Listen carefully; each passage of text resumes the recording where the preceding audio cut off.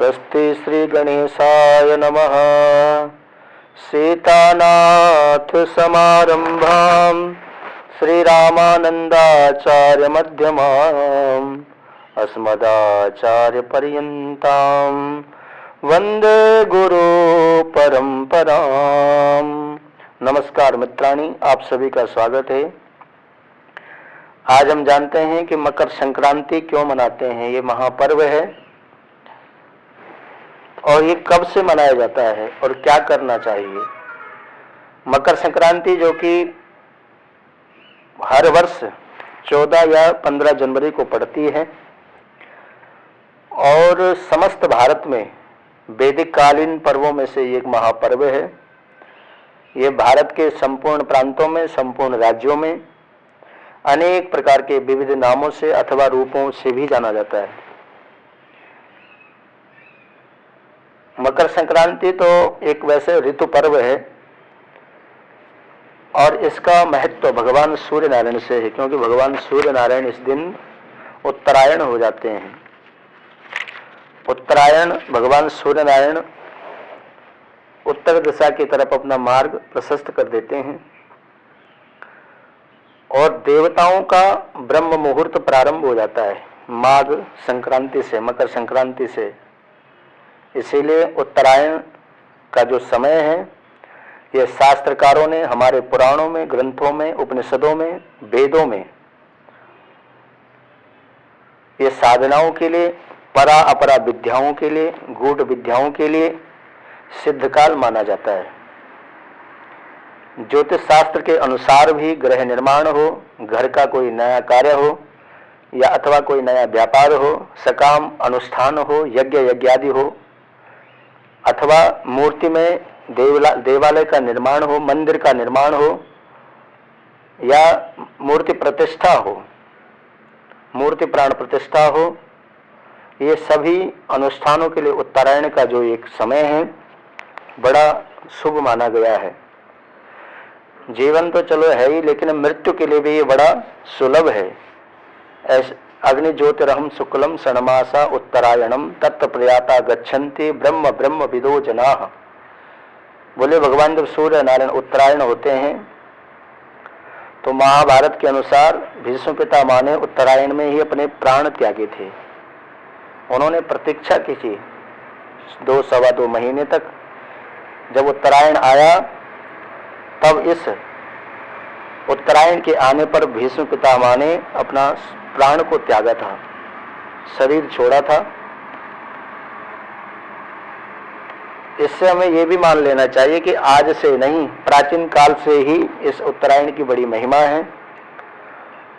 सूर्य का उत्तरायण में पदार्पण सभी जन जन को इस शीत की समाप्ति एवं बसंत ऋतु के शुभागमन का भी संदेश देता है।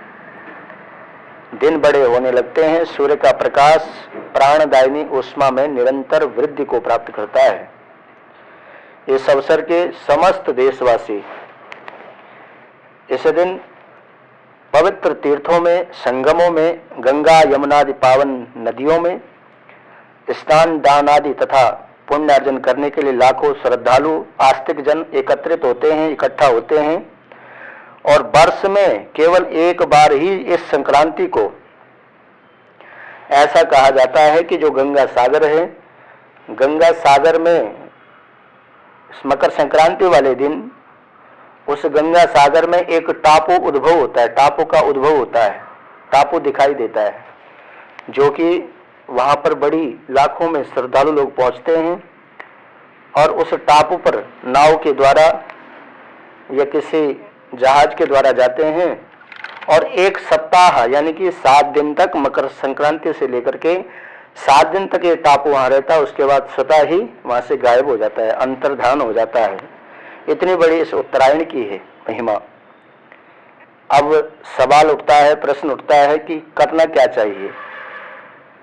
बोले सबसे पहले मकर संक्रांति के दिन प्रातः काल किसी पहले तो नदी में जाएं, गंगा सबसे पवित्र नदी है, यमुना में जाएं, सरस्वती में जाएं अथवा गंगा सागर जाए। यदि नहीं जा सकते हैं किसी कारणवश तो घर के आसपास कोई कूप हो, कुआं हो, उसका जल ही ला करके स्नान करें, और नहीं है तो गंगा जल तो सबके घरों में पड़ा रहता है, समस्त हिंदुओं के घरों में। उसका स्नान करके, उससे स्नान करके और स्नान के बाद अपने सामर्थ्य के अनुसार किन किन चीज़ों का दान करना चाहिए वो आप नोट कर लीजिए। चावल का, खिचड़ी, गुड़, तिल, फल और मेवा। इस ऋतु के हितकारी जो यानी कि जो इस ऋतु में खाद्य पदार्थ होता है वो वस्तुएं दान करनी चाहिए। ऊनी वस्त्र हो गए, सूती वस्त्र आदि वस्तुएं अपने कुल वृद्धों को, गुरुओं को, ब्राह्मणों को दान देना चाहिए। यह संक्रांति प्रायः माघ मास में है और माघ का अर्थ होता है, माघ शब्द संस्कृत में मग शब्द से निष्पन्न होता है, जिसका अर्थ होता है धन, सोना, चांदी, वस्त्र, आभूषण, विविध प्रकार के अन्न आदि पदार्थ। इन वस्तुओं को विशेष दान में देने की प्रथा है, इसीलिए इसको माघ मास कहते हैं। और इस अवसर पर सर्वत्र समस्त भारतवर्ष में खिचड़ी, पापड़, तिलकुट आदि का भोजन करने की प्रथा प्रचलित है,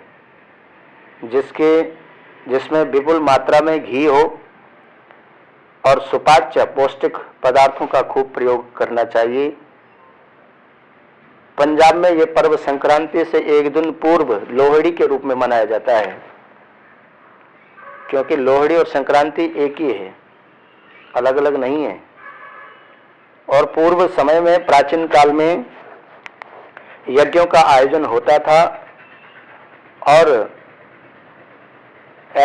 कैसा यज्ञ होता था? घर घर में लकड़ियां जला करके मकई की खील, तिल की रेवड़ियों को अग्नि को अर्पण करते थे, यानी कि उसमें अग्नि का पूजन होता था।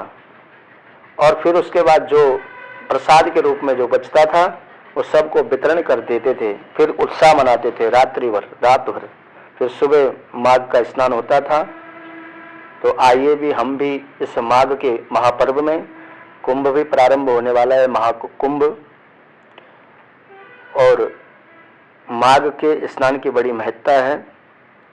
और आप सभी को मकर संक्रांति की बहुत बहुत शुभकामनाएं। सबके घर में सुख समृद्धि और सबको यश विजय लाभ आदि प्राप्त हो, और सब दीर्घायु जीवन जिए, स्वस्थ रहें, मस्त रहें। जय जय श्री सीताराम।